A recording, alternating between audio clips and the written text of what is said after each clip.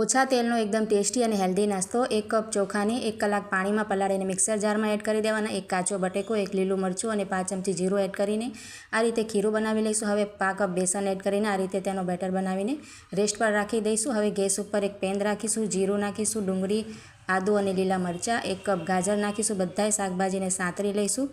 થોડાક શિમલા મિર્ચ કટ કરેલા એડ કરી દઈશું। બધા શાકભાજી સતળાઈ જાય એટલે અડધો કપ ખમણેલું પનીર એડ કરી દઈશું। સ્વાદ પ્રમાણે મીઠું, 5 ચમચી કાળા મરીનો પાવડર અને ઝીણા સમારેલા ધાણા એડ કરીને હવે અહીંયા તૈયાર કરેલા બેટરમાં સ્વાદ પ્રમાણે મીઠું, 5 ચમચી એટલો ચીલી ફ્લેક્સ અને ઝીણા સમારેલા ધાણા એડ કરી દઈશું। અને ગેસ ઉપર એક પેન રાખીને 1 ચમચી તેલ ગરમ કરશું, તેની ઉપર તૈયાર કરેલો બેટર પાથરી દઈશું, ઢાંકીને કૂક કરી લઈશું। હવે આપણે તૈયાર કરેલી ફિલિંગ છે તેની ઉપર પાથરી દઈશું અને તેની ઉપર જે બચેલો બેટર છે તેનાથી તેને કવર કરી લઈશું। તેના ઉપર તેલ નાખીને તેને પણ સરસ રીતે આ રીતે કૂક કરી લઈશું। તો બિલકુલ રેડી છે ઓછા તેલનો એકદમ ટેસ્ટી અને ચટપટો નાસ્તો। વિડીયો સારા લાગે તો લાઇક, શેર અને ચેનલને સબસ્ક્રાઈબ કરી આપજો।